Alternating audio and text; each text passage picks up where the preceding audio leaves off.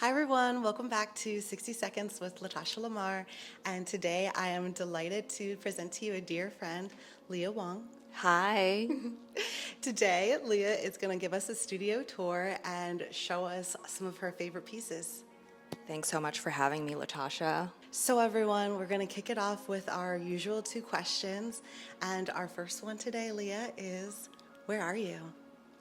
So I am in my Brooklyn studio, and it's funny. It's a place I say where I think the worst and the best of me sort of come together.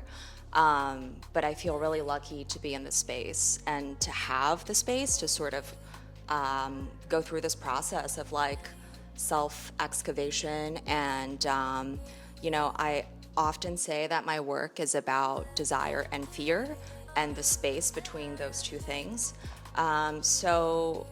Whatever we desire is also what we fear the most. And it's just such a privilege to also have visitors who are like-minded to be here and to really explore and sort of, see a different point of view on the works. Yeah, I feel super honored to be here, and the passion really comes through your art. Thank you. No, I am obsessed with your work and always have been since the very beginning. I think just some of the messages and the way that you're able to communicate your feelings, it's just so rare and unique. And obviously, I love watercolors. I think they're beautiful. Thank you. One of my favorite mediums. So our next question, Leah, is where do you want to be? I think the older I've gotten, the more I've actually found myself to be more comfortable being confrontational. And I think about it as a space of like radical self-trust. So I think that space is where I really want to be, is like no matter what life brings at to me or throws at me, to be able to be centered in a place that's within me instead of a place that involves the approvals or like metrics of things outside of myself. And I think it's also from that place where I can make my best work as an artist.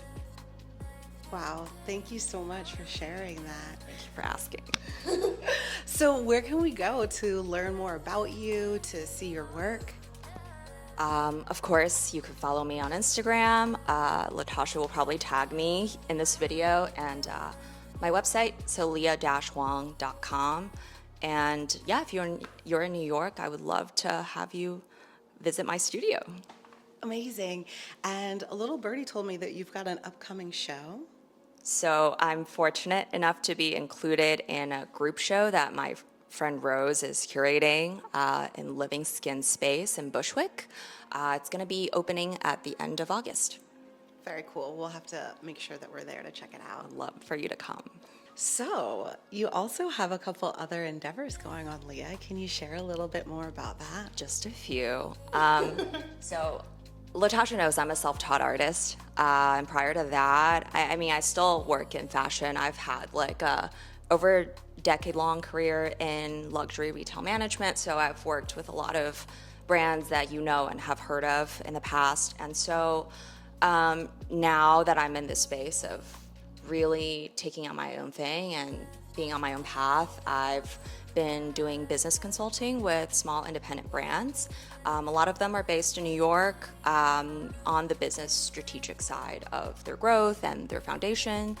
I think also connecting to my love for image making. I've been doing film photography for the last like 7-8 years, and I've finally started to also work with some of those independent brands on photo shoots, on sort of really bringing their vision to life. And so these are things that are kind of happening parallel in conjunction to the artistic practice, which is definitely interesting because it's sort of a full exercise of my strategic and creative brain. I think that's fascinating. The fact that you are able to develop and grow as an artist yourself and then supporting other artists do the same. while you're simultaneously growing and developing is phenomenal and such a beautiful thing to be able to share with the world. Thank you so much. I mean, I appreciate the trust that everybody has been giving me. So. Well-deserved trust, guys. Thank you. Book her. Studio tour time? Okay. So I think you could really think about my current practice in two lanes, one of which, this body of work, which is all mostly red. They're all done on the same sized paper with a water-soluble oil paint, which is very specific, sort of interesting texture that feels a little bit like the crossover between like a gouache and acrylic. So I've been working on this series since 2021, and I think I was subconsciously inspired by the red drawings that I saw from Louise Bourgeois in her 2017 MoMA show.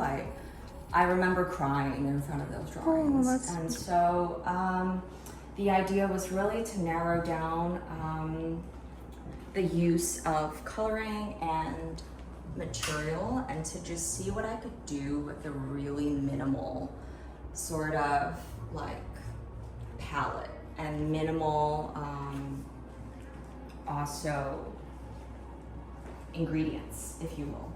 And yeah, I mean, I work mostly intuitively. So some of these guys are really just manifestations of a combination of sort of, I would say, confessional storytelling and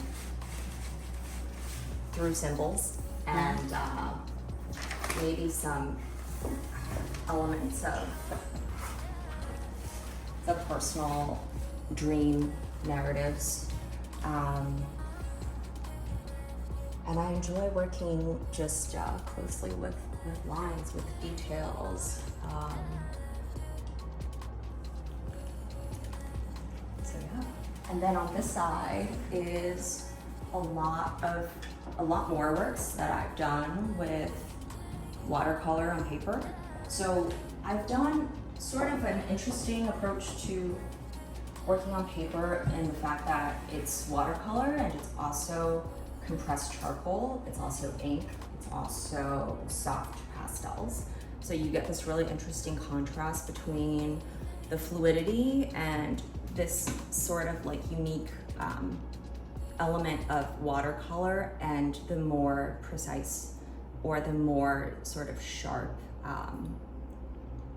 texture of these other materials. And again, it's, you know, really intuitive, but I think the themes of my work really feels connected to womanhood, feels connected to rebirthing of the self, and also questioning the difference, or sort of, again, you know, the space between desire and fear and how we move within that sort of very interesting parallel. I have a real interest in the fragmentation of the human experience, and I found myself repeatedly engaging with this format of the split screen.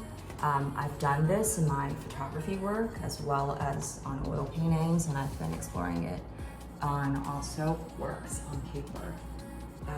This idea of like creating a single image from physically separate bodies or physically separate imageries as we know it is something that I feel like the audience can really all engage with differently, while I have the freedom to tell my own story without being restricted to a definitive answer.